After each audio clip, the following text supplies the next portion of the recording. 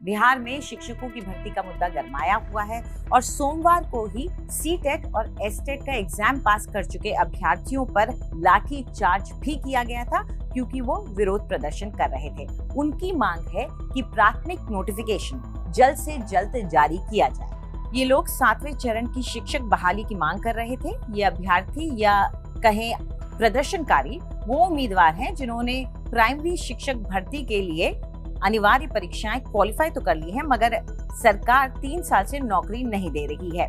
अब इससे पहले कि हम बिहार में इस मामले को समझे, उससे पहले ये समझना जरूरी है कि शिक्षक की भर्ती के लिए कौन कौन सी परीक्षाएं पास करना जरूरी है।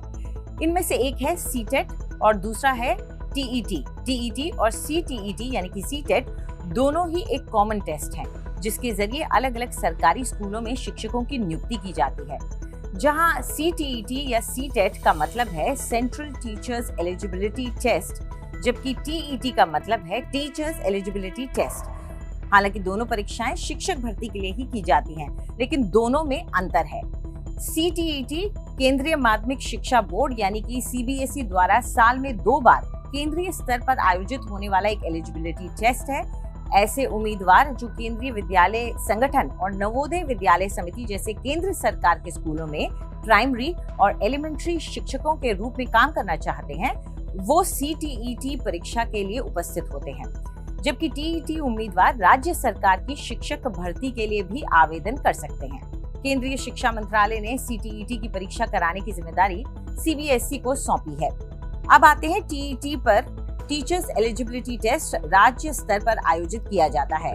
कई राज्य सरकारें हर साल टीईटी परीक्षा आयोजित करती हैं, जिसे यूपी के लिए यूपी टीईटी, राजस्थान के लिए आरईटीईटी, बिहार में एसटीईटी और पंजाब के लिए पीएसटीईटी, एमपी के लिए एमपीटीईटी और केरल के लिए केटीईटी और तमिलनाडु के लिए Tamil Nadu teachers eligibility test. TET परीक्षा पास करने के बाद उम्मीदवार सिर्फ संबंधित राज्य सरकारों द्वारा संचालित स्कूलों में शिक्षण देने के लिए योग्य हो जाते हैं।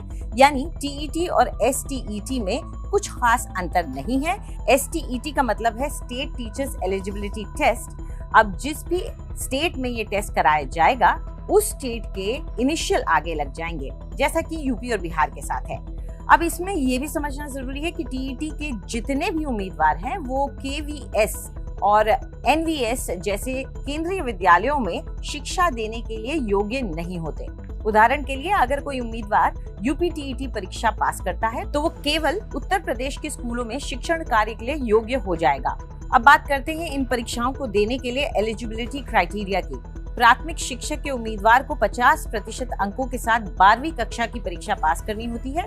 इसके अलावा प्रारंभिक शिक्षा में 2 वर्षीय डिप्लोमा या प्रारंभिक शिक्षा कार्यक्रम में 4 वर्षीय ग्रेजुएशन यानी कि बैचलर्स ऑफ एलिमेंट्री एजुकेशन पास करना जरूरी है।